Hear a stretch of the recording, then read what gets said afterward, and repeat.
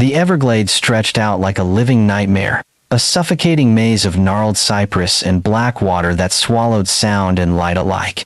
It was June 1987, the air thick with a cloying 85 degrees Fahrenheit heat that clung to the skin like damp cotton. Mosquitoes droned in a relentless, bone-chilling chorus, their bites prickling Caleb Marsh's weathered neck as he slogged through the knee-deep muck. At 52, Caleb was no stranger to the Gladish. He'd hunted hogs and gators here since he was a boy, but tonight felt wrong. The swamp was too quiet, the stars above too sharp, like eyes watching from a void. His flashlight beam danced across the tangled roots, catching glints of water and the occasional dart of a snake. Caleb's boots sank with each step, the mud clawing at him like it wanted to keep him forever.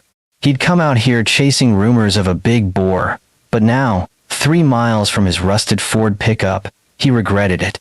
Damn fool idea, he muttered, wiping sweat from his brow. His voice sounded frail, devoured by the oppressive silence. Then his boot hit something hard. Not a root, not a rock, something unnatural. Caleb froze, heart thudding like a jackhammer. He knelt, the mud sucking at his knees, and scraped away vines with his hunting knife. The flashlight beam trembled as it revealed a jagged slab of metal, rusted and pitted, half buried in the slime. A plain door. A Cessna, by the look of it, its edges chewed by time. Caleb's breath hitched. What the hell? He hacked through the overgrowth, adrenaline surging. The door's window was cracked, smeared with algae, but he could make out something inside a leather suitcase, its straps frayed but intact. And next to it, protruding from the muck, a skeletal hand, its bony fingers curled around a scrap of yellowed paper. Caleb's gut twisted. He leaned closer, the flashlight shaking in his grip. The paper was scrawled with red ink, the words jagged and uneven. He's not human. Caleb stumbled back, his boot slipping in the mud. Jesus Christ, he gasped, the words barely audible. The swamp seemed to tighten around him, the air growing heavier, as if the glades themselves were listening. He fumbled for his walkie-talkie, static crackling like whispers. "Sheriff, you there?" "Ellie, it's Caleb. I found something bad." The line hissed, then cleared. Sheriff Ellie Vance's voice cut through, sharp and steady, despite the late hour. "Caleb, it's damn near midnight. What's got you spooked?" "I'm out in the glades, about 3 miles west of Route 27. Found a plane wreck, Ellie. Old Cessna, buried deep. There's a hand, and a note. Says, he's not human. You gotta get out here now." A pause. Ellie's voice hardened. "Don't touch a damn thing, Caleb. Stay put. I'm on my way." Caleb nodded, though she couldn't see him, and sank against a cypress trunk, his eyes locked on the skeletal hand. The note's words burned in his mind. He's not human. What the hell did that mean? The swamp's silence pressed in, broken only by a low, eerie hum, like a voice just beyond hearing. Caleb's skin crawled. He'd heard the old stories tales of lost souls and curses in the glades, but he'd never believed them. Until now. Ellie Vance floored her Chevy Blazer down the empty stretch of Route 27, the red and blue light slicing through the muggy Florida night. At 38, she was Cypress Hollow's first female sheriff, a fact that still raised eyebrows at the Dixie Diner. Her dark hair was pulled into a tight ponytail, her jaw set like iron. She'd seen her share of trouble bar fights, meth busts, even a gator attack, but a plane wreck in the glades? That was new. And Caleb's voice, trembling like a leaf, wasn't helping her nerves. "Gannon, you copy?" She barked into the radio, her deputy's name clipped with urgency. Nate Gannon's drawl crackled back, groggy but alert. "Yeah, boss." "What's the deal? Another drunk hunter?" "Worse. Caleb Marsh found a plane wreck out in the glades. Says there's a body or part of one. Grab the kit and meet me at the Route 27 cutoff. Bring the big flashlights." "On it, Ellie. This ain't gonna be pretty, is it? When is it ever?" She hung up, her knuckles white on the wheel. Ellie's mind raced. A plane in the glades could only mean one thing, the Kessler case. 9 years ago, in the summer of '78, the Kessler family, Tom, Mary, Sarah, and Nate had vanished after a charter flight over the Everglades. No wreckage, no bodies, no answers. Just a town left grieving and a mystery that haunted Cypress Hollow like a ghost. Ellie had been a rookie deputy then, watching old Sheriff Amos Reed fumble the search. Now, it was her mess to clean up. She pulled off the highway, tires crunching on gravel, and spotted Caleb's pickup parked crookedly near a trailhead. He stood by the hood, his flannel shirt soaked with sweat, eyes wide as saucers. Ellie killed the engine and stepped out, her boots sinking into the soft earth. "All right, Caleb, show me." Caleb pointed into the darkness, his hand shaking. "It's out there, about half a mile in." "Ellie, I ain't never seen nothing like it. That hand. It's like it was waiting for me." "Easy, now. Let's not get ahead of ourselves." She checked her service revolver, a .38 Smith & Wesson, and slung a flashlight over her shoulder. Gannon's Jeep rolled up, its headlights cutting through the fog. Nate Gannon, 30 and built like a linebacker, hopped out, lugging a duffel of gear. His easy grin faded when he saw Caleb's face. "Damn, Caleb, you look like you saw the devil himself," Gannon said, tossing Ellie a flashlight. "Might've," Caleb muttered. "Come on, I ain't going back alone." The trio trudged into the swamp, the air growing thicker with each step. Cypress roots twisted like skeletal fingers, and the water sloshed against their thighs, cold and oily. Ellie's flashlight swept the path, catching glints of ice-gators or raccoons, she hoped. The hum Caleb mentioned was faint but real, a low, guttural pulse that seemed to come from the earth itself. She shook it off, just the swamp playing tricks. "There," Caleb whispered, pointing. The Cessna's rusted hulk loomed ahead, half sunken in the mud, vines strangling its frame like a predator's grip. The door hung ajar, revealing the suitcase and the skeletal hand. Ellie crouched, her beam steady despite the knot in her stomach. The hand was brittle, the bones yellowed, but the paper it clutched was oddly preserved, the red ink stark against the decay. "Gannon, get the camera," she ordered. "We need every angle." Gannon knelt beside her, snapping photos with a Polaroid. "Jesus, Ellie, this is old. Gotta be the Kessler plane, right? Number's still readable. And 7392X. Matches the 78 report." Ellie nodded, her mind flashing to the case file she'd read 100 times. Tom Kessler, 45, owned the auto shop on Main Street. Mary, 42, was a nurse at the county clinic. Sarah, 16, played flute in the school band. Nate, 12, lived for basketball. They'd boarded a sightseeing flight with Ray Dutton, a local pilot with a shady rep, and never came back. The search had dragged on for weeks. Shoppers, boats, volunteers, but the Glades gave up nothing, until now. She reached for the suitcase, her gloved hands careful. It was heavy, the leather cracked but intact. Inside were kids' clothes, Sarah's sundress, Nate's sneakers folded neatly, like someone had packed for a trip. Tucked in a side pocket was a diary, its cover stained but legible. Sarah Kessler, 1978. Ellie flipped it open, her pulse quickening. The last entry, dated the 14th of July, 1978, read, "Dad's lying. I saw him with the man in the green jacket. He's not who he says he is. I saw him in my dreams." "Ellie, you seeing this?" Gannon's voice was low, urgent. He held up a small object from the Mutametal charm, round and heavy, engraved with Latin, Ignis Eternus. Eternal fire. It dangled from a chain, its surface polished, untouched by the swamp's decay. "What the hell's that?" Caleb asked, stepping back. "Looks like something out of a horror show." Ellie pocketed the charm, her skin prickling. "Don't know yet, but it's evidence." She scanned the wreck, her beam catching a glint on the pilot's seat. A knife, its blade rusted, but etched with a single letter, D. She bagged it, her mind racing. D for Dutton? Or someone else? "All right, we're securing this site," she said, standing. "Gannon, call in the state boys. Caleb, you're coming back with us. No one talks about this, got it? Not a word." Caleb nodded, his face pale. "Ellie, I heard stories about the Glades. Folks say it's cursed. People go missing, and the swamp, it keeps 'em. Stories don't solve cases, Ellie snapped, though her voice wavered. Let's move.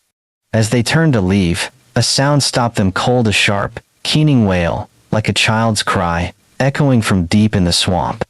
Ellie spun, her flashlight sweeping the darkness. Nothing. Just water and shadows. But the hum was louder now, a guttural throb that pulsed in her bones. Ellie? Gannon's voice was tight. You hear that? Yeah, she whispered. Her beam caught a flicker of movement, a silhouette, tall and lean, slipping through the fog. It wore a green jacket, its hood obscuring the face. Ellie's hand flew to her revolver. Hey, stop right there. The figure vanished, swallowed by the mist.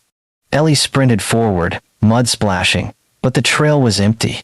At the base of a cypress, she found a fresh mark, a dagger, plunged into the bark, its handle carved with the same D as the knife in the wreck. Her breath caught. Someone was here, watching. Ellie, we gotta go, Gannon called, his voice edged with panic.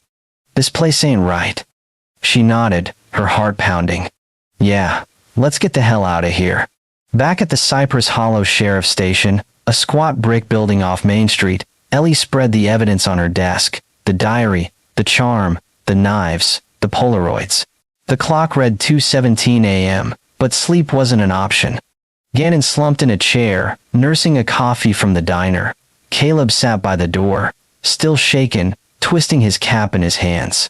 All right, let's think this through, Ellie said, pacing. The plane's the Kessler wreck, number checks out. No bodies, but we got Sarah's diary, kids' clothes, and this creepy-ass charm. And that note, he's not human. What's that about? Could be a prank, Gannon offered, though his tone lacked conviction. Kids messing around, maybe? With a skeleton hand in red ink, Ellie shot back. No way. In those knives someone's marking their territory. That D means something. Caleb cleared his throat. Ellie, I ain't one for ghost stories, but the Glades, folks say it's got a mind of its own. My granddaddy told me about a plane that went down in '55. Never found it, but they heard screaming for weeks. Ellie pinched the bridge of her nose. Caleb, I don't have time for folklore. I need facts. But the charm weighed heavy in her pocket, its Latin inscription nagging at her. Eternal fire. And that whale in the swamp, it wasn't an animal. She'd bet her badge on it. Gannon flipped through Sarah's diary, frowning. Listen to this. Dad met the green jacket man again. He gave Dad a package. Mom cried when she saw it. Sounds like Tom Kessler was into something shady. Shady's an understatement, Ellie said. She'd heard the rumors back in '78. Tom Kessler, the town's golden boy, caught up in Miami's underworld. Drugs, money, maybe worse. But no proof ever surfaced. We need to check the old case files. Amos Reed ran that search. If he missed something or hid it, I want to know why. Amos? Gannon raised an eyebrow. Guy's a recluse now. Lives out by the canal, barely talks to anyone. You think he's got answers? Or secrets, Ellie said. She grabbed her keys.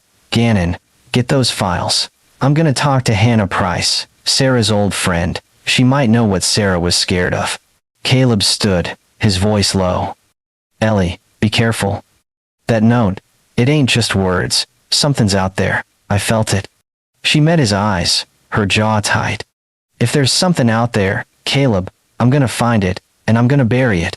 The Dixie Diner was quiet at 3 a.m., its neon sign buzzing faintly. Hannah Price, 18 and bleary-eyed, sat in a corner booth, her waitress apron crumpled on the table. She'd been Sarah Kessler's best friend, the two inseparable until that summer 9 years ago.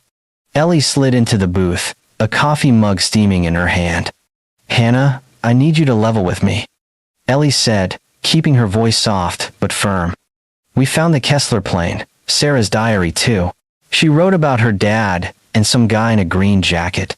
You know anything about that? Hannah's eyes widened, her fingers tightening around a napkin.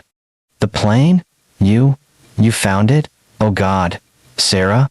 She trailed off, tears welling. Focus, Hannah. Sarah was scared, said her dad was lying. What'd she tell you? Hannah glanced around, as if the empty diner might be listening. Sarah changed that summer, got real quiet. She told me her dad was in trouble, big trouble. Said she saw him burning papers in their backyard. And this one night, she woke up and saw a man outside her window, wearing a green jacket. She said he just stood there, staring. Ellie leaned forward, her pulse quickening. Did she say who he was? Number. But she was terrified. Ellie gave me this to keep safe. Hannah reached into her purse and pulled out a silver ring, its surface etched with Ignis Eternus, just like the charm. She said if anything happened to her, I should give it to someone I trust. I was too scared back then. Ellie took the ring, its weight cold in her palm. You did good, Hannah. Anything else? Hannah hesitated, then whispered. Sarah said she saw him in her dreams. The green jacket man. Said he wasn't human. I thought she was just freaked out. But now, Ellie's blood ran cold. The note's words echoed. He's not human.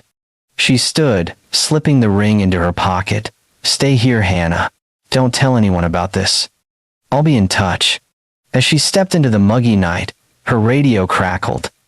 Gannon's voice was urgent. Ellie, I got the files. You're not gonna believe this. Amos Reed wrote a report then buried it. Says to check Ray Dutton and some guy in Miami. Initials, D. Ellie froze, her eyes scanning the empty street. A faint hum, like the one in the swamp, pulsed in the air. Across the road, in the shadow of a live oak, a figure stood. Green jacket. Hood up. Watching. Ellie's hand went to her gun, but the figure melted into the darkness, leaving only the echo of that chilling wail. Gannon, she said into the radio, her voice steady, despite the fear clawing her gut. We're not alone out here. And I think whatever it is, they're just getting started. The Dixie Diner buzzed with nervous energy at 7 a.m., its cracked vinyl booths packed with Cypress Hollow's gossips and early risers. The smell of burnt coffee and pecan pie hung thick, mingling with the hum of AM radio spitting out Conway Twitty's twang. Outside, the Florida sun was already brutal, pushing 90 degrees Fahrenheit, the kind of heat that made your shirt stick like a second skin. Sheriff Ellie Vance leaned against the counter, her badge glinting under the diner's flickering fluorescence, her eyes scanning the crowd. Word of Caleb Marsh's find had spread faster than a brush fire, and the town was unraveling. Ellie, you gotta tell us something, grumbled Hank Tatum, a grizzled mechanic in grease-stained overalls. Caleb says he found a plane with a damn skeleton hand. That the Kessler wreck? Murmurs rippled through the diner. Ellie raised a hand, her voice calm but iron firm. Folks, I know you're rattled. Yes, we found a plane in the Glades. We're working with the state to ID it. But I need y'all to keep cool and let us do our job. No rumors, no ghost stories. Got it? Ghost stories? Miss Clara, 78 and sharp as a tack, snorted from her corner booth. Her knitting needles clicked like a metronome. That swamp's been cursed since my granddaddy's day, Ellie.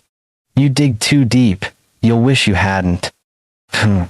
Ellie forced a smile, though Clara's words sent a shiver down her spine. The old woman's warnings echoed Caleb's curses, lost souls, the Glades keeping its secrets. She didn't buy it, but that Ignis Eternus charm in her pocket felt heavier by the minute. Appreciate the advice, Miss Clara. I'll stick to evidence. As she turned to leave, the diner's payphone rang, shrill and insistent. Betty, the waitress, picked it up, then waved Ellie over. It's for you, Sheriff. Sounds urgent. Ellie grabbed the receiver, her gut tightening. Vance here. Ellie, it's Gannon. Her deputy's voice was low, edged with excitement. I'm at the station, digging through the 78 files. Found something Amos Reed buried a report, handwritten, says to check Ray Dutton and some guy in Miami. Initial D. You need to see this. On my way, Ellie said, hanging up. She glanced back at the diner, where eyes followed her like hawks. Cypress Hollow was a town of 3,000, where secrets didn't stay buried long. But this one had, for 9 years. And now it was clawing its way out. The sheriff's station was a hive of chaos, deputies fielding calls from nosy reporters and worried locals.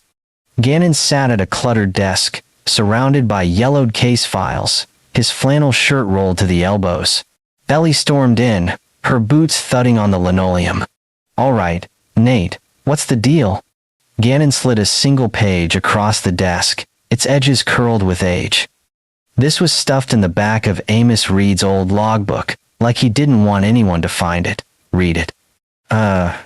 Ellie scanned the report, her pulse quickening. In Amos's spidery scrawl it read, "The 20th of July, 1978, Kessler case. No debris, no oil slick. Ray Dutton's flight plan clean, but his logbook's missing pages. Contact Miami D, possible link to prior incidents. Do not share with feds." The last line was underlined twice, as if Amos had pressed the pen hard enough to tear the paper. Prior incidents? Ellie frowned. What's that mean? And who's D? No clue, Gannon said, rubbing his jaw. But Amos was sheriff then. If he hid this, he knew something. Guy's a hermit now, lives out by the canal. You think he's still got answers? Or lies, Ellie muttered. She tapped the page. Ray Dutton was the pilot. Everyone thought he went down with the Kesslers. But that knife we found, the one with the D, maybe it's not Dutton. Maybe it's this Miami guy.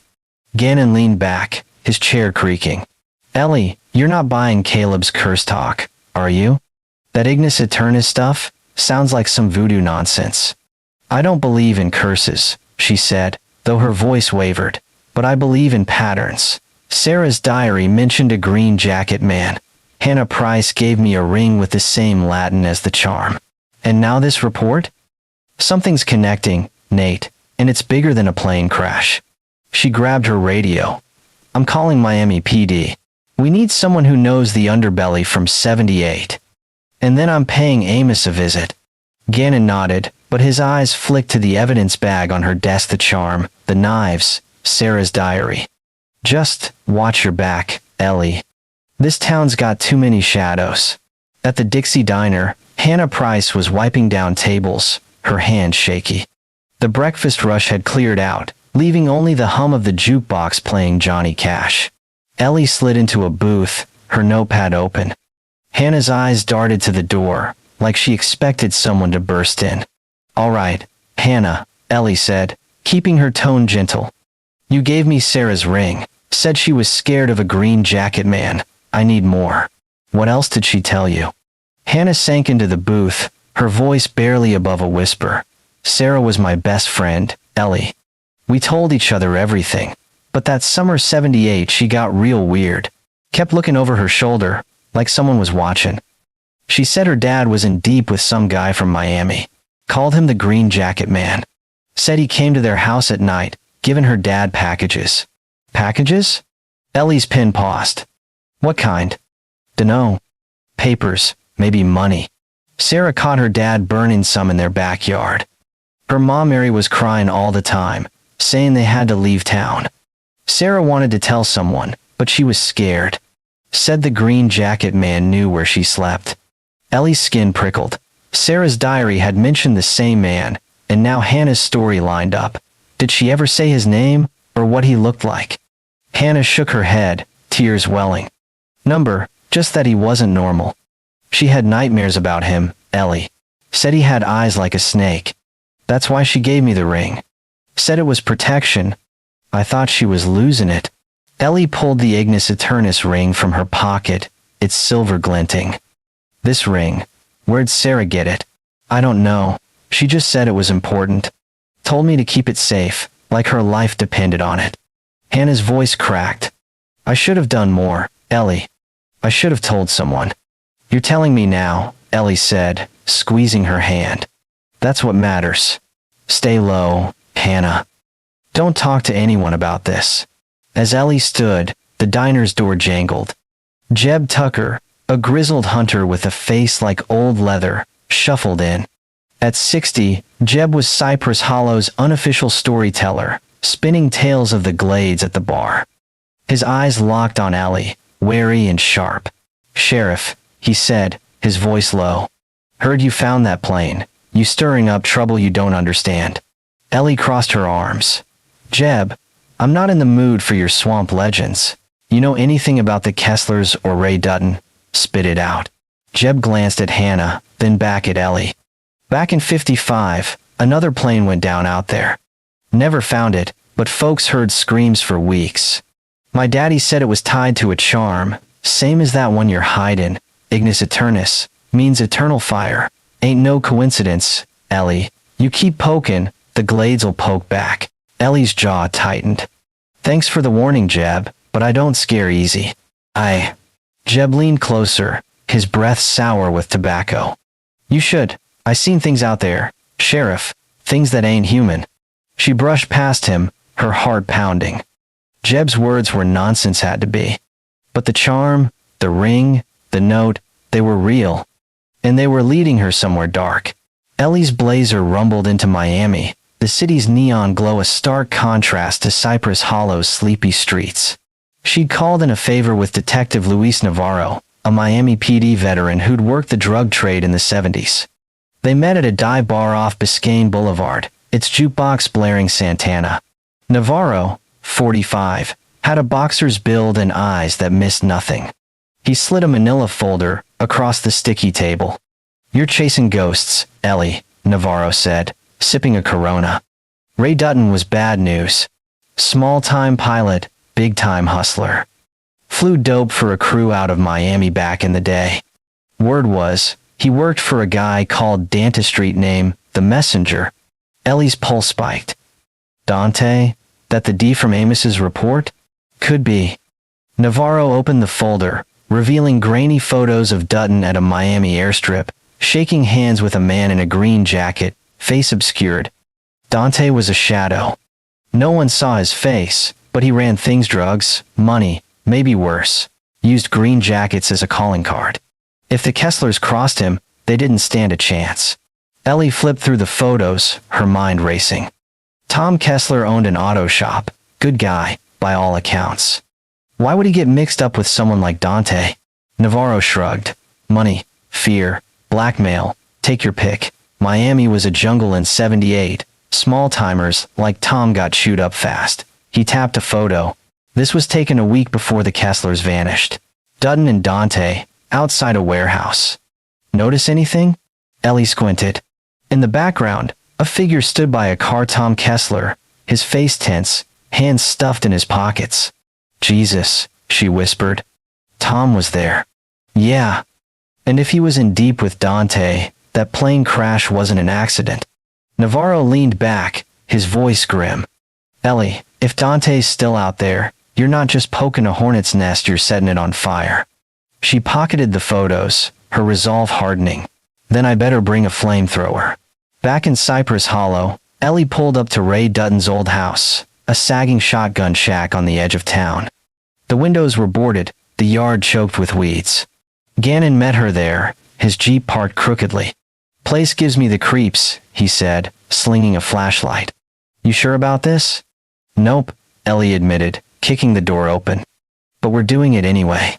The house reeked of mildew and rot, its floorboards groaning under their weight. Ellie's beam swept the living room, catching faded photos of Dutton with his plane, a cocky grin on his face. In the basement, they found a rusted safe, its lock busted.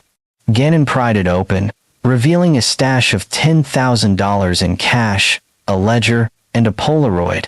Holy shit, Gannon breathed, holding up the photo. It showed the Kesslers at the airstrip, the 14th of July, 1978. Tom stared at the ground, Mary clutched Nate's hand, and Sarah looked terrified. Ray Dutton stood beside them, his hand on Sarah's shoulder, his smile cold. In the ledger, a single name appeared over and over, Dante. Ellie's radio crackled before she could process it. Sheriff, it's Betty at the diner, the voice said, panicked. Hannah Price just got a note slipped under the door. Says, stop digging, or you're next. She's freaking out. Ellie's blood ran cold. Tell her to stay put, I'm coming. She turned to Gannon, her voice tight. Nate, bag this stuff. We've got a problem. As they stepped outside, Ellie's flashlight caught a glint in the Yarda knife, identical to the one in the swamp, its blade etched with D. Her phone rang, the sound jarring in the silence. She answered, her hand on her gun. Sheriff Vance, a voice hissed, distorted and guttural. You think you're clever, digging up the past? The Kesslers thought so too. Keep going, and you'll join them. Who is this? Ellie demanded, her voice steady despite the fear clawing her chest. The line went dead. Across the street, a figure in a green jacket stood under a street lamp, hood up, motionless. Ellie drew her revolver, shouting, "Freeze!" But the figure melted into the shadows, leaving only the echo of a low, mocking laugh. Gannon grabbed her arm. "Ellie, what the hell was that?" She stared into the darkness, her heart pounding. "That," she said, "was a warning." And as the swamp's eerie hum pulsed in the distance, she knew one thing for sure. Dante, or whatever he was watching, and he wasn't done. The Everglades loomed like a festering wound under the bruised purple sky, its cypress trees clawing at the horizon like skeletal hands. It was 10 p.m., and the muggy Florida air clung to Sheriff Ellie Vance's skin, heavy with the stench of decay and a bone-chilling 88 degrees Fahrenheit heat that made every breath feel like drowning. She stood at the edge of a overgrown trail, 2 miles from the Kessler plane wreck, her flashlight slicing through the suffocating fog. Beside her, Deputy Nate Gannon adjusted his holster, his usual grin replaced by a tight-lipped scowl. Ahead, barely visible through the mist, squatted the ruins of an old church, its crumbling steeple a jagged scar against the night. "You sure about this, Ellie?" Gannon asked, his voice low, barely audible over the relentless drone of cicadas. "Jeb Tucker said this place is bad news. And after that call last night, I'm not feeling real cozy."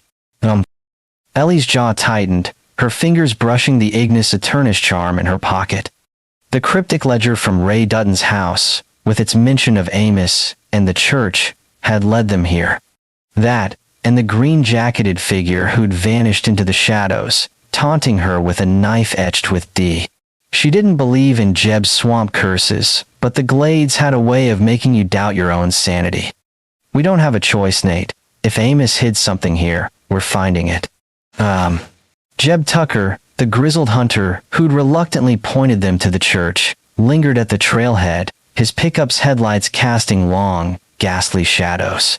At 60, Jeb's weathered face was a map of hard years, and his eyes darted nervously toward the swamp. "I ain't going in there, Sheriff," he called, his voice trembling. "That church been abandoned since the 20s. Folks say it's where the Glades keeps its secrets. Heard wailin' last week, like kids crying. You go in, you're on your own."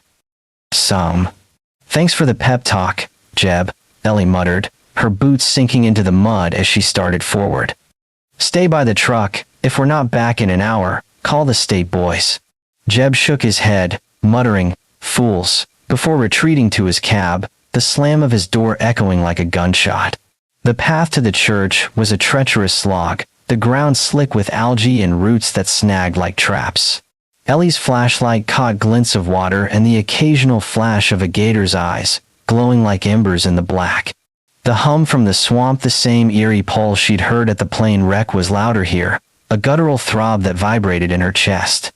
Gannon's beam swept the trees, his .38 revolver drawn. "This place has given me the heebie-jeebies, Ellie. Feels like we're being watched." "Keep your eyes peeled," she said, her own gun steady despite the knot in her gut. The church loomed closer, its wooden walls rotted to a sickly gray, the stained glass windows shattered into jagged mosaics. The steeple leaned precariously, as if one good gust could send it crashing. A rusted cross hung crooked above the door, swaying with a spectral creak in the faint breeze. Ellie pushed the door open, its hinges screaming like a banshee. The air inside was stale, thick with the reek of mold and something sharper, something metallic, like old blood. Her beam revealed pews overturned, their wood splintered, and a pulpit draped in cobwebs, its Bible open to a page scrawled with red ink. Ignis Aeternis, eternal fire. Her skin crawled. "Nate, you seeing this?" "Yeah," Gannon whispered, his voice tight. "And I don't like it one damn bit." They moved deeper, their boots crunching on broken glass. The hum was deafening now, a relentless pulse that seemed to come from below.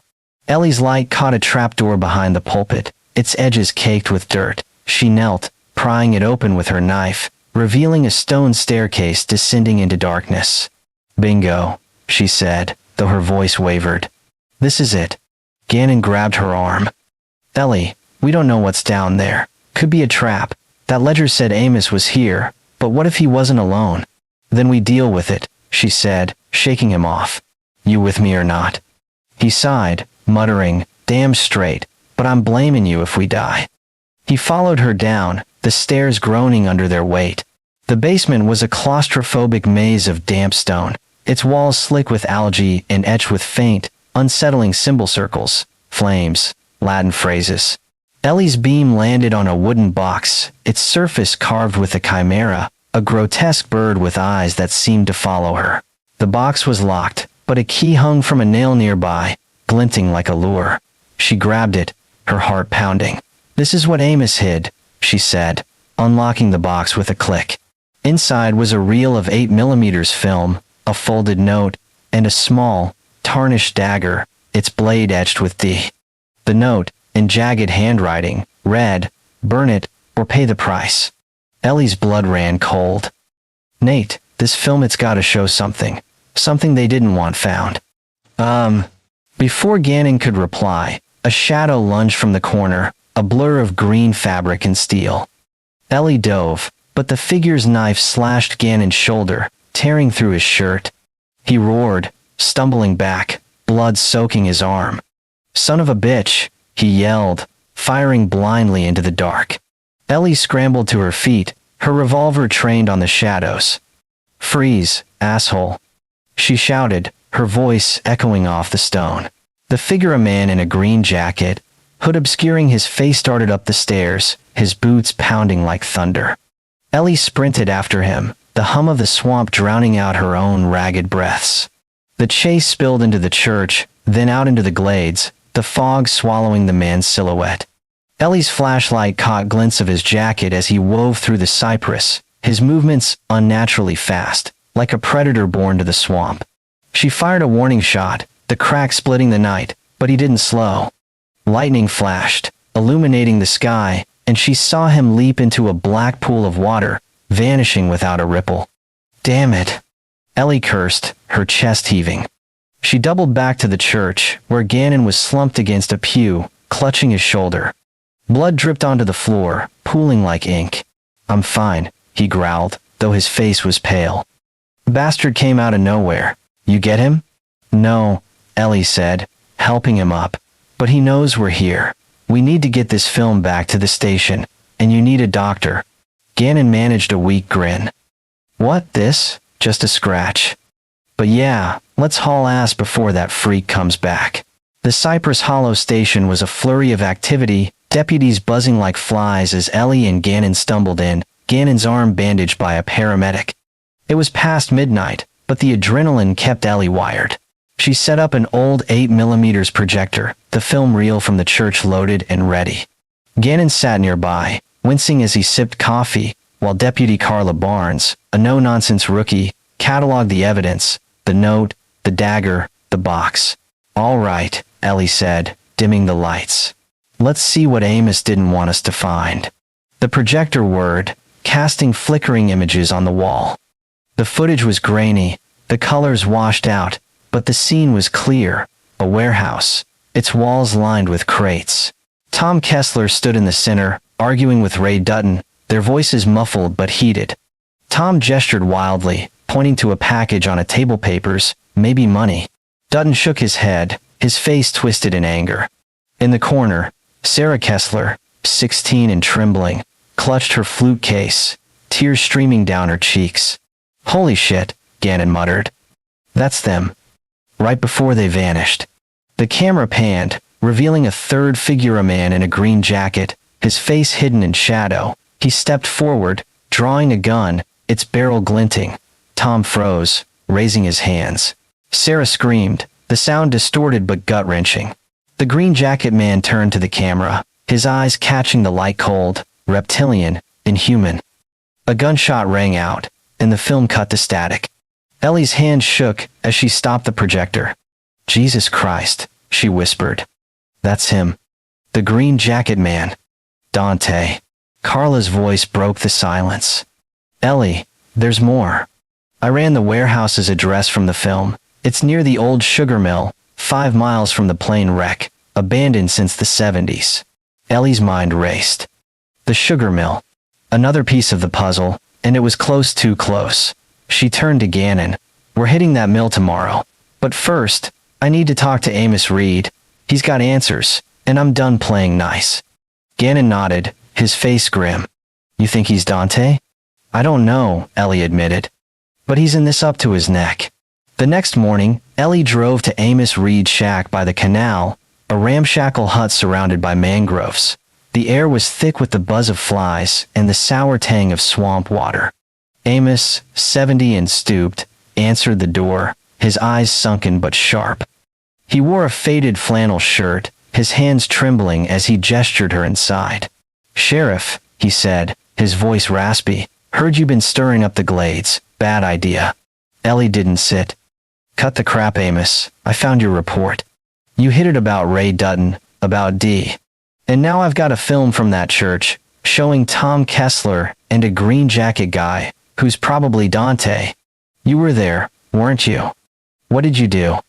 Amos's face paled, his hands gripping the table. You don't understand, Ellie. I tried to save him. The Kessler's Tom was in deep with bad people. Dante wasn't just a crook.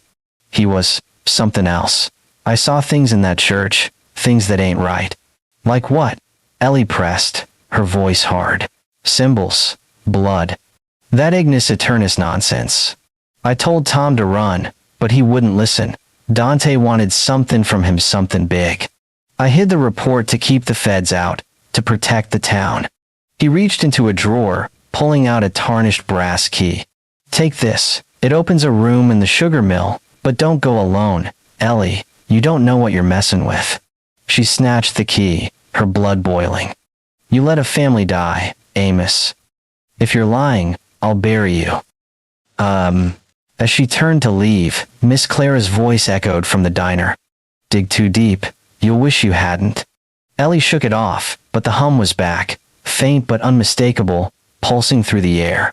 That night, Ellie and Gannon approached the sugar mill, a hulking ruin of rusted steel and crumbling brick, 5 miles from the church. The moon hung low, casting ghastly shadows across the swamp. Ellie clutched Amos's key, her revolver ready. Gannon, his shoulder bandaged, carried a shotgun, his eyes scanning the darkness. Place looks like a damn haunted house, he muttered, his beam catching a faded sign. Dorsey Sugar Company, ESTA 1920. Focus, Nate, Ellie said, though her own nerves were frayed. The hum was louder here, a guttural roar that shook the ground. She found a locked door at the mill's rear, the key fitting perfectly. The lock clicked, and the door swung open, revealing a room choked with dust and shadows. Inside was a makeshift altar, candles melted to stumps, animal bones scattered like offerings, and a leather-bound book, its pages yellowed and scrawled with Latin. Ignis Eternus was etched on the cover, the words glowing faintly, as if alive. Ellie's breath caught. What the hell is this? Gannon picked up a Polaroid that had fallen from the book. It showed Sarah Kessler, her eyes red and swollen, holding a sign, Save U.S. Her face was gaunt, her flute case clutched like a lifeline. Ellie, Gannon said, his voice shaking. She was here, after the crash. Before Ellie could respond, the floor shuddered, a low, monstrous growl rising from below. Dust rained from the ceiling, and the altar's candles flared to life, their flames impossibly bright. Ellie stumbled back, her gun raised. Nate, get back. The growl became a roar, shaking the walls. A crack split the floor, and a blast of hot, sulphurous air erupted, knocking them to their knees. Ellie's flashlight rolled away, its beam catching a glimpse of something eyes, red and unblinking, staring from the darkness below. What the fuck is that? Gannon yelled, scrambling for his shotgun. Ellie grabbed the book and Polaroid, her heart hammering. We're out now, she shouted, dragging Gannon toward the door. The roar followed them, a primal, unearthly sound that echoed through the swamp, as if the glades themselves were screaming. They burst into the night, the mill's walls trembling behind them. Ellie clutched the book, its leather burning her palm. "Nate," she gasped, her voice raw. "This isn't just a case anymore. Something's wrong with this place. Something alive." Gannon's eyes were wide, his bandage soaked with fresh blood. "Ellie, what the hell did we just find?" She opened the book, her hand shaking. A single page fell out, written in Amos Reed's handwriting. "I saw it. The fire. The eyes. Dante isn't human. He's part of the curse." Ellie's blood froze. Amos wasn't just hiding evidence. He was part of something darker, something that had been waiting in the glades all along. The Cypress Hollow Sheriff Station reeked of stale coffee and sweat, its fluorescent lights buzzing like a swarm of pissed-off wasps. It was 1 a.m., June 1987, and the air outside hung heavy at 86 degrees Fahrenheit, the kind of sticky Florida heat that made you feel like you were breathing soup. Sheriff Ellie Vance paced the cramped office, her boots scuffing the linoleum, her mind a tangled mess of fear and fury. The leather-bound book from the sugar mill sat on her desk, its Ignis Eternus cover seeming to pulse under the flickering light. Beside it, the Polaroid of Sarah Kessler, her haunted eyes and scrawled Save U.S. sign, burned into Ellie's brain. The swamp's roar still echoed in her ears, a guttural, unholy sound that wasn't just wind or water. Something was out there, and it wasn't human. Deputy Nate Gannon slouched in a chair, his shoulder freshly bandaged, a grimace twisting his face as he sipped a Coke. "Ellie, we gotta talk about what happened at that mill," he said, his voice low, like he was afraid the walls were listening. "That wasn't no earthquake. Those candles lit themselves. And those eyes." He shuddered, rubbing his arm. "I'm not saying I believe in curses, but that shit wasn't normal." Ellie stopped pacing, her jaw tight. "I don't know what it was, Nate, but we're not losing our heads. We've got evidence, real evidence. Sarah's photo, that book, Amos's note. It's all pointing to Dante, or whatever he is." She tapped the book, its leather hot against her fingers. "And Amos Reed's in this deeper than he's letting on. He's not just hiding stuff, he's part of it." Gannon's eyes narrowed. "You think he's Dante, the green jacket guy?" "Maybe," Ellie said, though doubt gnawed at her. Amos's trembling hands and sunken eyes didn't scream mastermind, but that note Dante isn't human had her second-guessing everything. Or he's covering for him. Either way, I'm done with his bullshit. She grabbed her radio, her voice sharp. "Carla, you got eyes on Hannah Price?" Deputy Carla Barnes's voice crackled back. "Yeah, she's at the diner, scared shitless. That note you told Betty about stop digging, or you're next it, got her jumpy. Want me to bring her in?" "Keep her there," Ellie ordered. "And don't let her out of your sight. Whoever's sending these threats knows we're close." She hung up, her gaze flicking to Gannon. He'd been Amos's deputy back in '78, a rookie when the Kesslers vanished. Could he know more than he was saying? The thought twisted her gut, but she shoved it down. She needed someone on her side. "Ellie," Gannon said, reading her expression, "you're looking at me like I'm a suspect. I was 21 when the Kesslers went missing. I barely knew Amos's coffee order, let alone his secrets. You gotta trust me." "I want to, Nate," she said, her voice hard. "But that film from the church showed Dante with a gun, and Amos's report buried him. You were there when he ran that case. You hear anything about a green jacket guy, or this D?" Gannon leaned forward, his eyes steady. "I heard rumors. Amos used to get calls late at night, step outside to talk. Once, I saw him burning papers in a barrel behind the station, said it was old junk. But I never saw no green jacket, and he never mentioned Dante. Swear on my mama's grave, Ellie." She studied him, searching for a lie. His face was open, but the swamp had taught her one thing. Trust was a luxury she couldn't afford. "All right," she said finally. "But if you're holding out, Nate, I'll find out." He nodded, but the air between them crackled with unease. The Dixie Diner was a ghost town at 2 a.m., its neon sign flickering like a dying star. Hannah Price sat in a corner booth, her waitress apron crumpled, her hands wrapped around a cold coffee mug. Carla stood guard by the door, her radio crackling softly.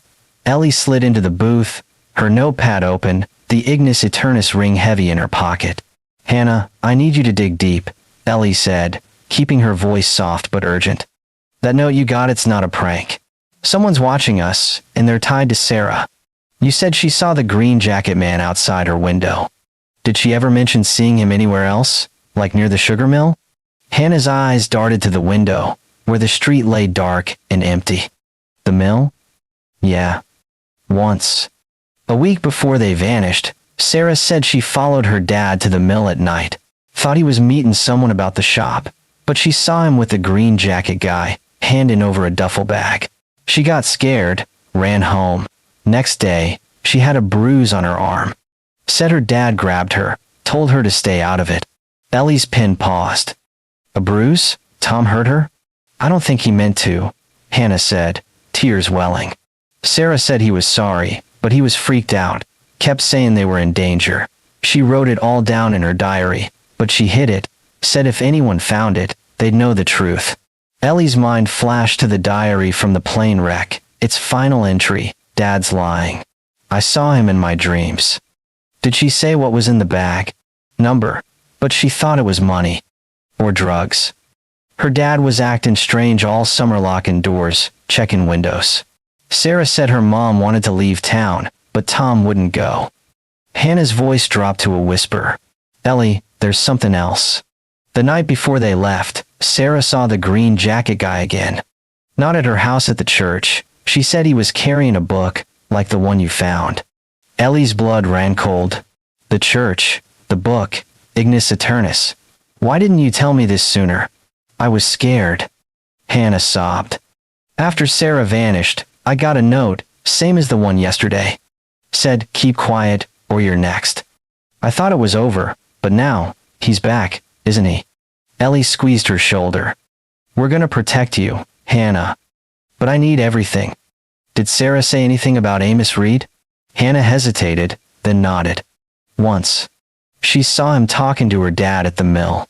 Said he looked mad, like he was warning Tom about something. Sarah didn't trust him." Ellie stood, her mind racing. Amos at the mill. Amos at the church. Amos hiding reports. The pieces were snapping together, but the picture was uglier than she'd imagined. "Stay with Carla," she told Hannah. "Don't go anywhere alone." As she stepped outside, the swamp's hum pulsed faintly, a sinister heartbeat in the night. Ellie's radio crackled. "Ellie, it's Gannon. I'm at the station, going through Amos's old files. Found a cassette tape, labeled Kessler, 7 divided by 15 divided by 78. You need to hear this. On my way," she said, her heart pounding. But as she climbed into her blazer, a shadow moved across the street, a figure in a green jacket, hood up, standing under a flickering street lamp. Ellie drew her revolver, shouting, "Hey, don't move." The figure turned, its face hidden, and slipped into an alley, leaving a folded note on the ground. Ellie grabbed it, her hands shaking. In red ink, it read, "The truth burns. Stop, or Cypress Hollow pays." Back at the station, Ellie played the cassette on an old tape deck, its hiss filling the room. Gannon and Carla stood by, their faces tense. The tape crackled, then Tom Kessler's voice came through, panicked and raw. "Amos, you promised you'd protect us. Dante's got us cornered. He wants the money, the book, everything. Mary's losing it, and Sarah, she knows too much. If we don't get out, he'll kill us all." Amos's voice, gruff but strained, replied, "Tom, I told you to stay away from him.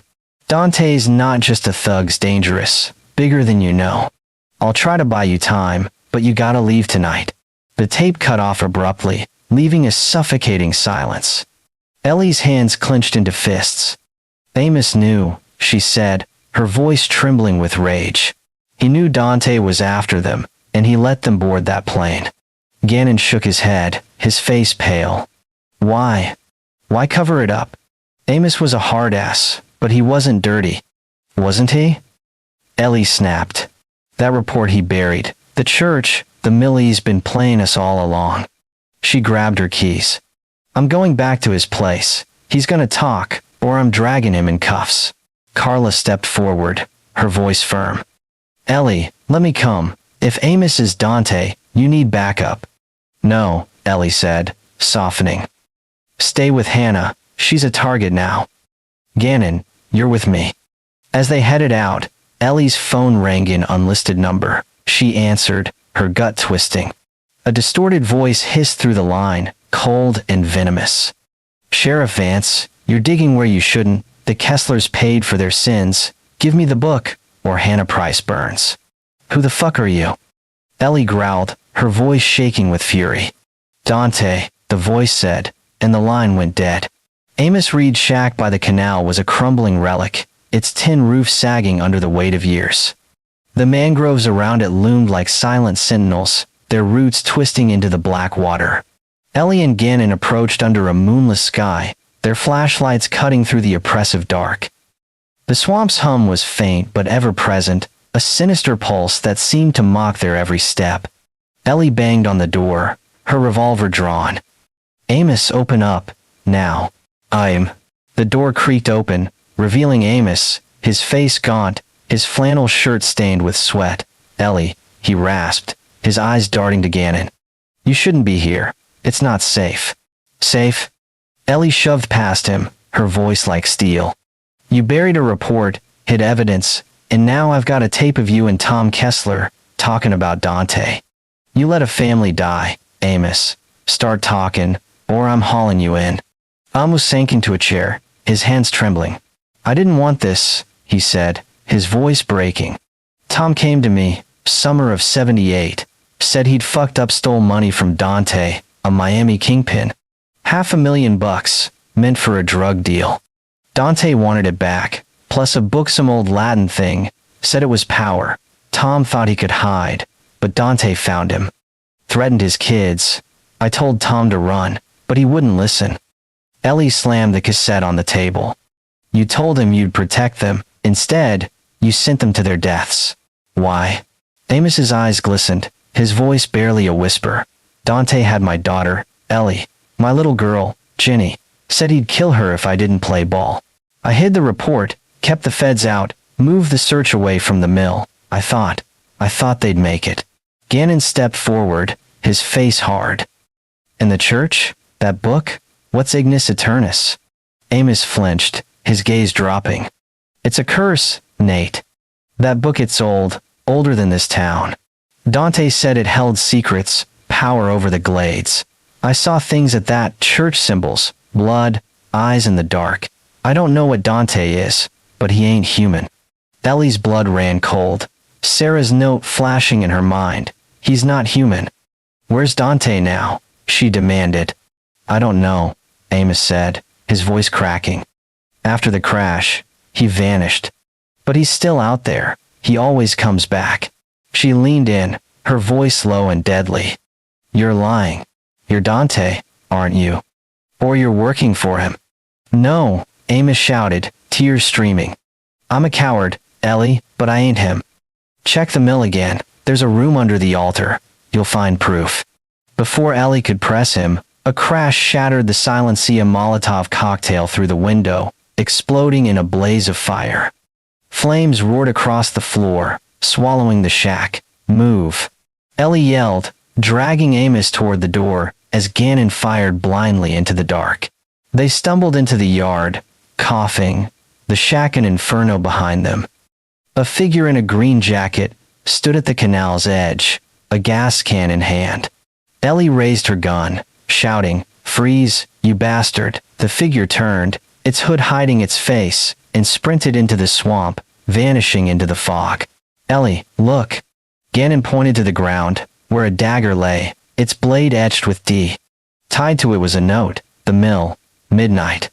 Bring the book, or the girl dies. Ellie's heart stopped. Hannah. She grabbed her radio, shouting, Carla, you got Hannah? Static, then Carla's panicked voice. Ellie, she's gone. Someone broke into the diner, knocked me out. There's blood on the floor. Ellie's world spun, her grip tightening on the note. Nate, get Amos to the station. Lock him up. I'm going to the mill. Alone? Gannon grabbed her arm, his eyes wide. Ellie, this is a trap. Maybe, she said, her voice cold. But if Hannah's there, I'm not waiting. She turned to the swamp, the hum rising like a scream. As she started toward the mill, her flashlight caught a glint in the Muta locket, silver and tarnished, engraved with SK. Sarah Kessler's initials. Inside was a photo of Sarah and Nate, smiling, and a scrawled note. He's here, he never left. Ellie's blood froze. Dante wasn't just watching. He was steps ahead, and he had Hannah. But the locket wasn't the only thing she found. Carved into a nearby tree, fresh and raw, was a symbol of Chimera, its eyes glowing in the dark, the same as on the book, and beneath it, a single word in red ink, burn. The Everglades pressed in like a living tomb, its black water and gnarled cypress swallowing the last scraps of moonlight. Sheriff Ellie Vance stood at the edge of the sugar mill's clearing, her boots sinking into the muck, the air a suffocating 87 degrees Fahrenheit that clung like a fever. It was 11:45 p.m., June 1987, and the swamp's eerie hum pulsed like a heartbeat, louder and more menacing than ever. Her flashlight cut through the fog, illuminating the mill's rusted skeleton, its crumbling brick walls looming like a ghastly cathedral. In her hand, the Ignis Eternus book burned against her palm, its leather cover seeming to writhe under her grip.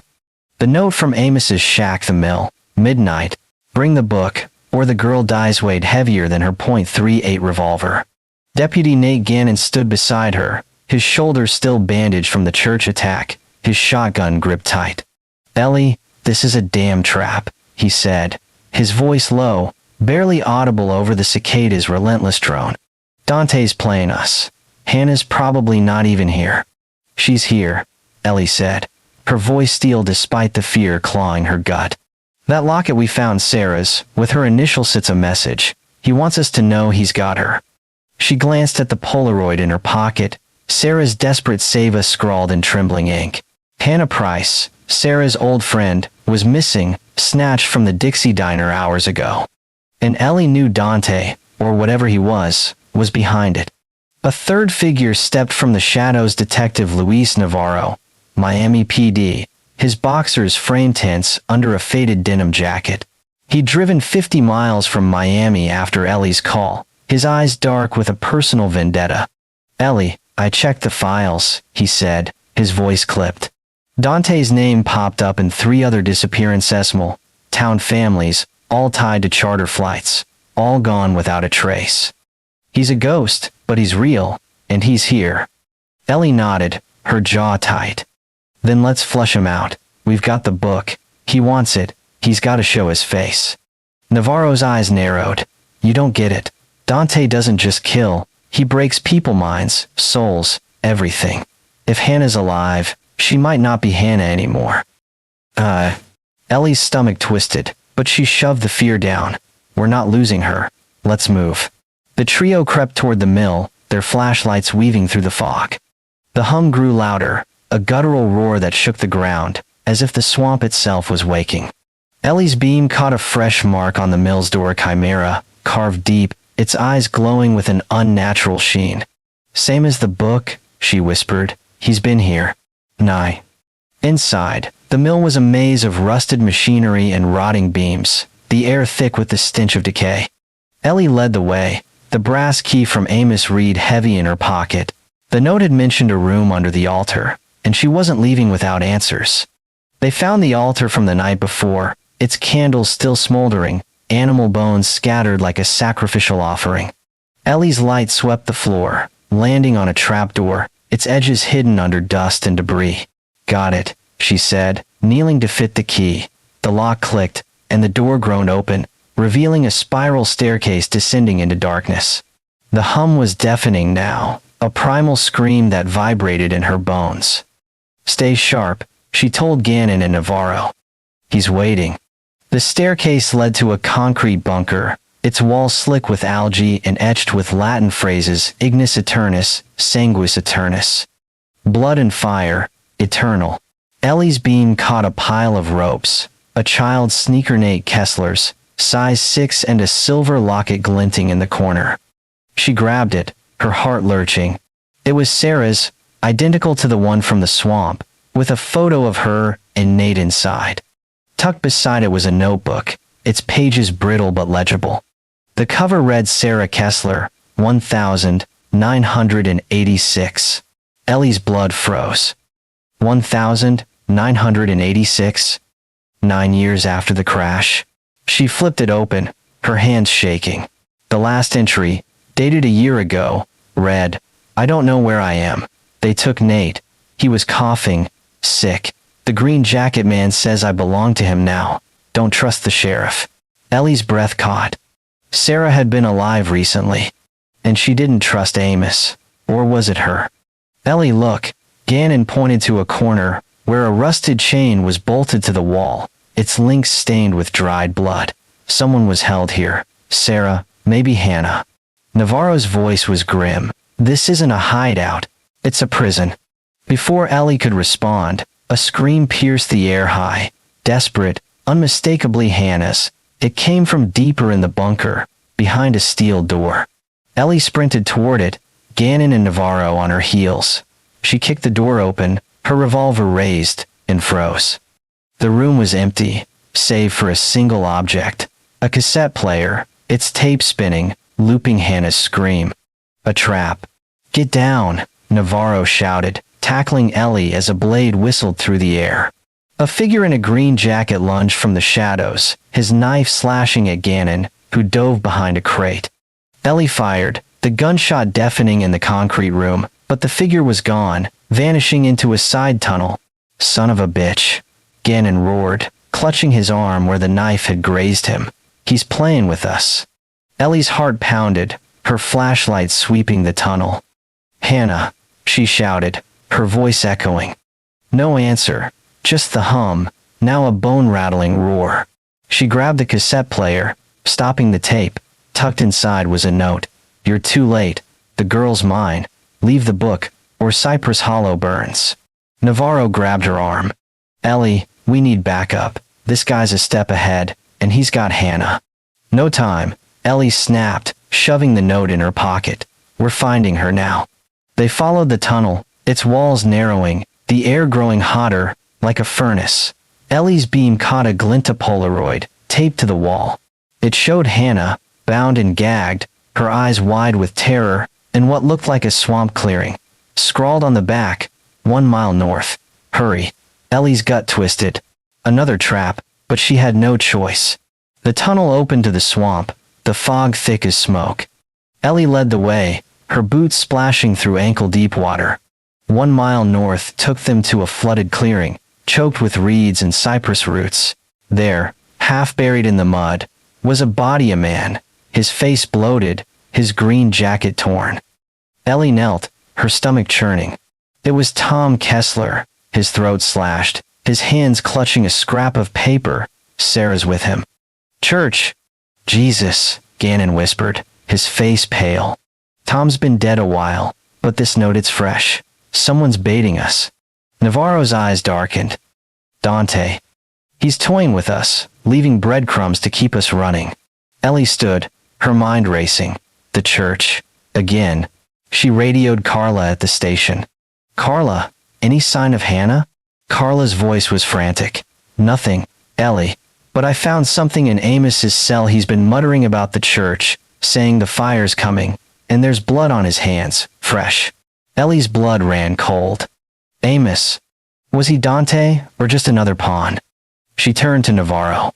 "Luis, you said Dante breaks people. What if Sarah's not just a victim? What if she's with him?" Navarro's face hardened. "I've seen it before. He gets in their heads, turns them. My sister, she was in a case like this, back in '76. Disappeared after meeting a guy like Dante. We never found her." Ellie squeezed his shoulder, her voice soft but firm. "We're not losing Hannah. Or Sarah, if she's out there. Let's hit the church." The old church loomed through the fog, its shattered windows glinting like broken teeth. Ellie, Gannon, and Navarro approached silently, their flashlights off to avoid detection. The hum was a deafening roar now, shaking the ground, as if the glades were alive with rage. Ellie's heart pounded, the Ignis Eternus book heavy in her pack. She didn't know what it was, cursed relic, criminal ledger, or something worse, but Dante wanted it, and she wasn't giving it up. Inside, The church was a wreck, its pews splintered, the air thick with a metallic tang of blood. Ellie's beam swept the altar, landing on a hidden panel behind the pulpit. She pried it open, revealing a small room, its walls covered in Latin carvings and smeared with fresh blood. In the center was an old film projector, a reel loaded and ready. Another film, Gannon muttered, his voice tight. This guy loves his home movies. Ellie started the projector, the images flickering on the wall. The footage showed a swamp clearing, lit by torchlight. Sarah Kessler, now 25, stood bound, her face gaunt, her eyes hollow. She spoke, her voice trembling. "Save Nate. He's not human, he's the fire." Dante stepped into the frame, his face still hidden, holding the Ignis Aeternus book. Its pages glowed, flames licking the edges without burning. He raised it, chanting in Latin, and Sarah screamed, collapsing. The film cut to black. Ellie's hand shook. Sarah's alive, or was, a year ago, and Nitish trying to save him. Navarro's voice was grim. "That book, it's not just a prop. Dante's using it, like a ritual. I saw something like it in Miami, a cult case. They believed blood and fire could control people." Before Ellie could respond, a crash echoed from the church's rear. She spun, her revolver raised, as footsteps pounded closer. "Hannah!" she shouted, sprinting toward the sound. The back door hung open, leading to a muddy trail. Ellie's beam caught a glimpse of a green jacket, dragging a figure. Hannah, her hands bound, her mouth gagged. "Stop!" Ellie fired a warning shot, the crack splitting the night. The figure turned, its hood falling just enough to reveal a face scarred, pale, with eyes like a snake's. Dante. He shoved Hannah into the swamp and vanished into the fog. Ellie reached Hannah, cutting her ropes. "You're okay," she said, her voice shaking. "We've got you." Hannah sobbed, clutching Ellie. He said Sarah's alive. Said she's his now. Ellie, he's coming for you." Gannon and Navarro caught up, their faces grim. "We lost him," Navarro said, his gun still drawn. "But he's close." Ellie helped Hannah stand, her mind reeling. Sarah was alive, but under Dante's control. The book, the church, the human was all connected. But as they turned to leave, Ellie's flashlight caught a glint in the mutaknife, etched with D, and a note, "The fire chooses, you're next." She froze, her blood running cold. The hum surged, a deafening roar, and the church's walls shook, as if something ancient was waking below. Ellie grabbed Hannah, shouting, "Run!" As the ground cracked open, a blast of searing heat erupting from the earth. In the chaos, a figure watched from the shadows, its green jacket glowing faintly, its eyes burning red. The Everglades pulsed with a malevolent energy, its black waters and twisted cypress trees swallowing the last glimmers of starlight. It was just past midnight, June 1987, and the air hung heavy at 89 degrees Fahrenheit, a suffocating blanket of heat and humidity that clung like a fever dream. Sheriff Ellie Vance stood at the edge of a hidden clearing, deep in the glades, her boots sinking into the rancid mud. The sugar mill loomed a mile behind, its rusted frame a ghostly silhouette against the fog. In her hand, the Ignis Aeternus book burned like a coal, its leather cover thrumming with an unnatural warmth. The note from the church, "The fire chooses, you're next," echoed in her mind, a chilling promise from Dante, the green-jacketed shadow who'd haunted Cypress Hollow for 9 years.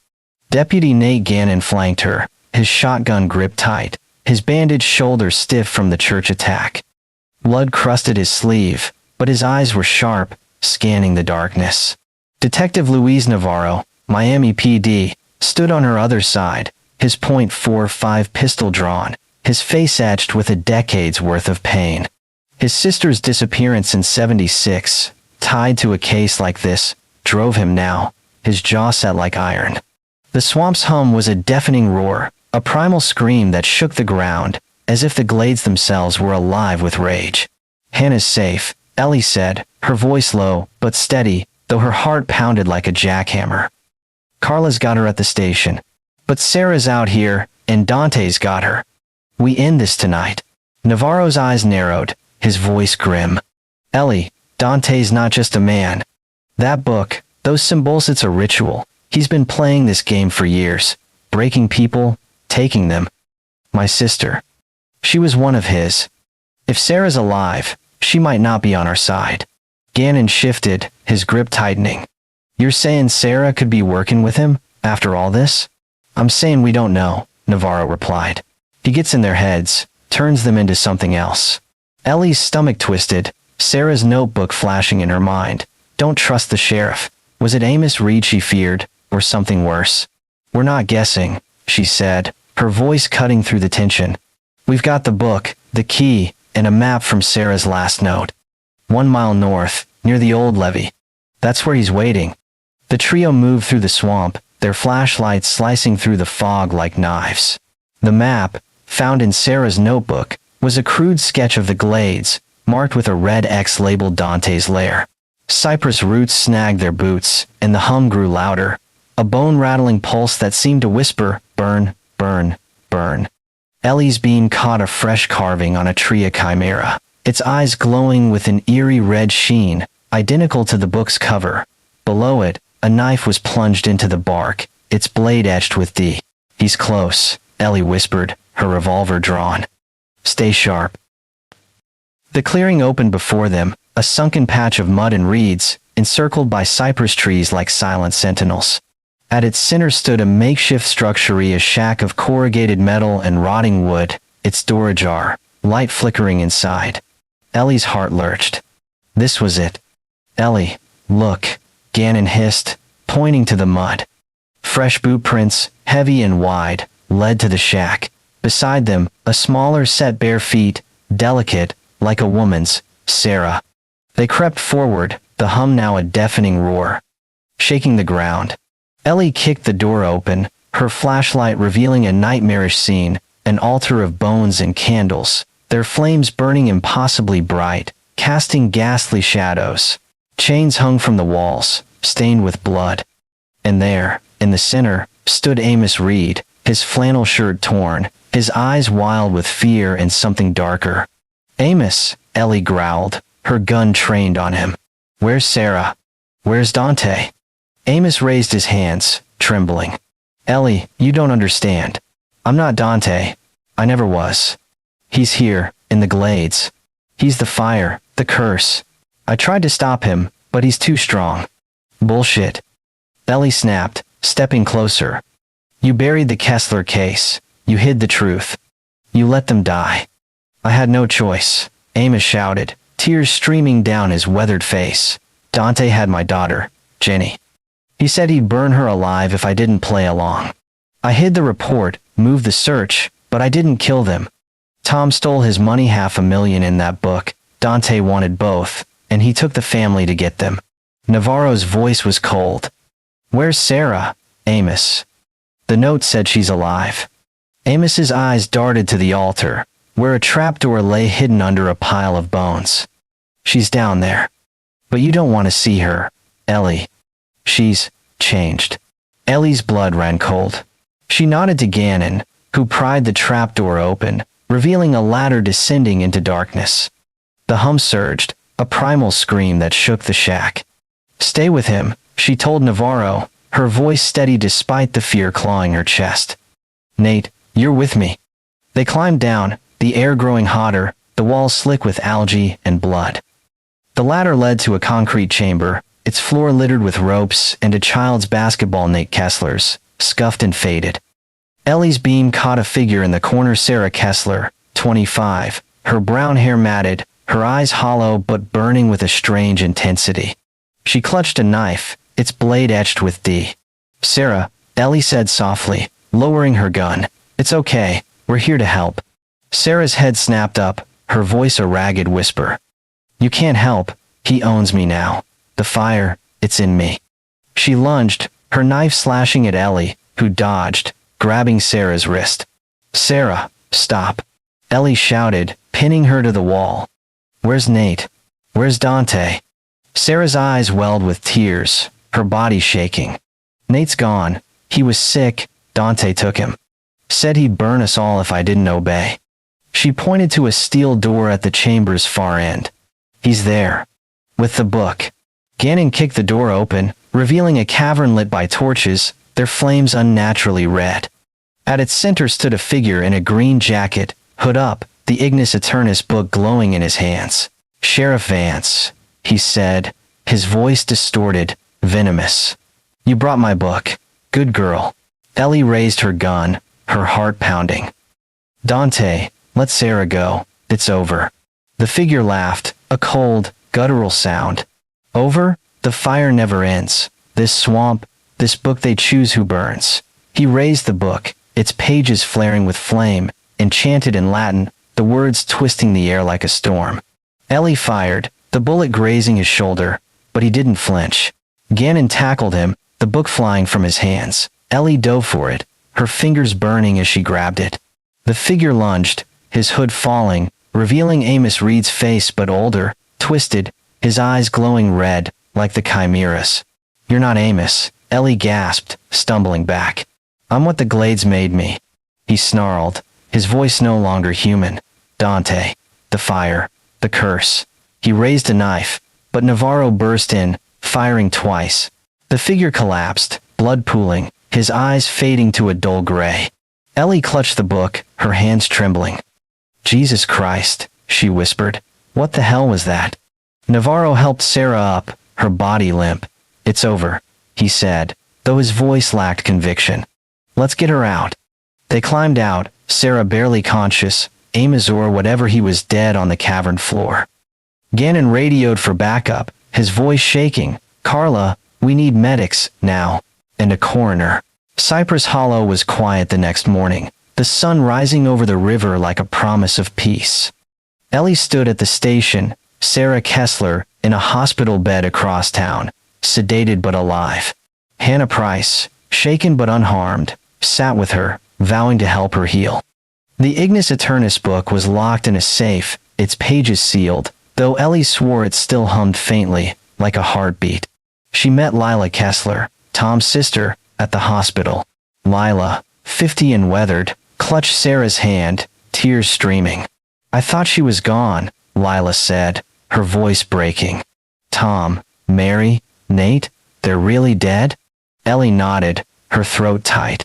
"We found Tom's body, and Nate's, in the cavern. I'm sorry, Lila, but Sarah's here. She's a fighter." Lila wiped her eyes. "She got that from Mary."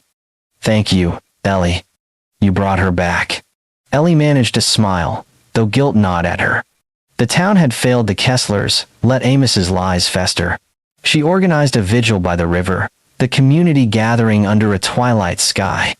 Candles flickered, their light reflecting on the water, a memorial for Tom, Mary, and Nate.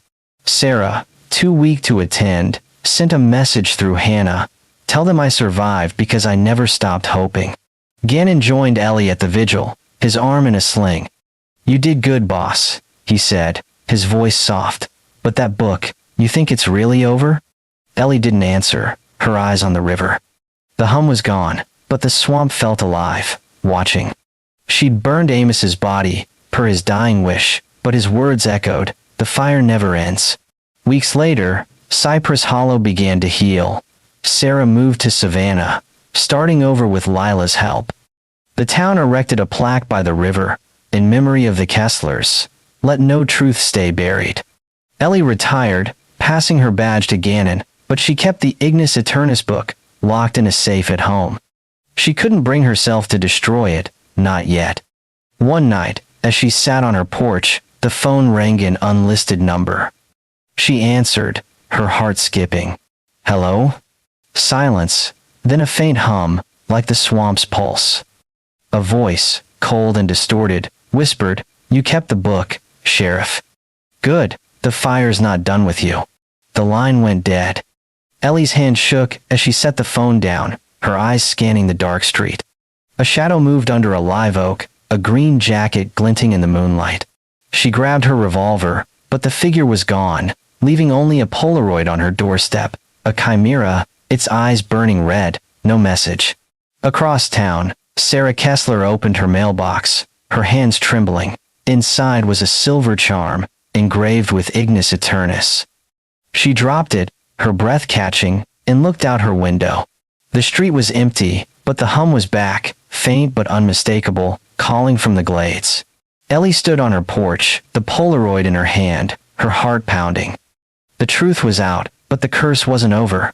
Something was still out there, waiting, and it wasn't done with Cypress Hollow or her.